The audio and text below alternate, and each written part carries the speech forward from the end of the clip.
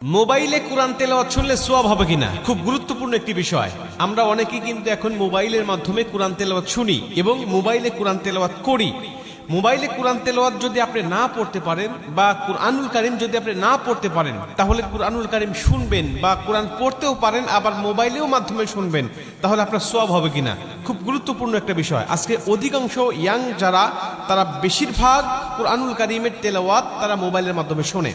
এটা খুবই ভালো বিষয় যে আজকে যুবকেরা গান বাজনা ছেড়ে দিয়ে বিভিন্ন নাটক সিনেমা এগুলো বাদ দিয়ে তারা কুরআনুল কারীমের তেলাওয়াত শুনছে।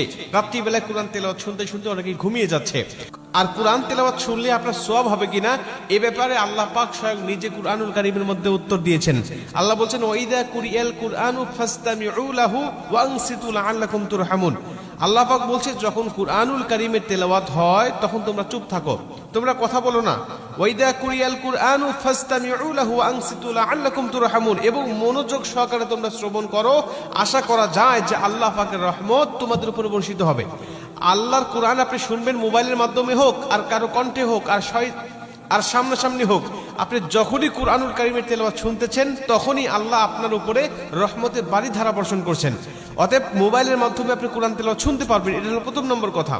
দ্বিতীয় নম্বর কথা, আপনি যদি কুরআনুল কারীমের তেলাওয়াত শুনতে শুনতে ঘুমিয়ে যান বা কুরআনুল কারীমের তেলাওয়াত শুনতে শুনতে আপনি যানবাহন করছেন, চলাচল করছেন, বা কুরআনুল কারীমের তেলাওয়াত আপনি বসে বসে শুনতেছেন, এমন অবস্থায় যদি আপনার মৃত্যু হয়ে যায়, নবীজি বলছেন, আল মাউতু আলা আমালিন সালেহ, যে ব্যক্তি ভালো কাজ করারত অবস্থায় দুনিয়া থেকে বিদায় নিয়ে চলে যায়, আল্লাহ পাক তাকে জান্নাতি মরণ দেয়, জান্নাতি মৃত্যু দেয়।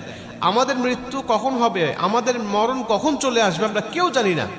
আল্লাহ যদি আমাদের ভালো কাজ করারত অবস্থায় মৃত্যু দেয়, অর্থাৎ কুরআনুল কারীমের তেলাওয়াত শোনা অবস্থা আপনার মৃত্যু হয়ে গেছে, অথবা কুরআনুল কারীমের তেলাওয়াত শুনে আপনি ঘুমিয়ে গিয়েছেন, ওই ঘুমের ঘরে আপনার মৃত্যু হয়ে গেছে, নবীজি সাল্লাল্লাহু আলাইহি ওয়াসাল্লাম বলছেন যে আল্লাহ পাক তাকে জান্নাতি মরণ দিবে।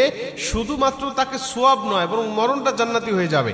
আর কোনো ব্যক্তি যদি জান্নাতি মরণ পেয়ে যায়, তার কবরে, হাসরে, মিজানে, ফুলচিরাতে কোথাও তার কোনো বাধা নাই, কোথাও তার কোনো টেনশন নাই, সরাসরি আল্লাহর 10টি পৃথিবীর সমান একটি করে জান্নাত তার জন্য অপেক্ষমান।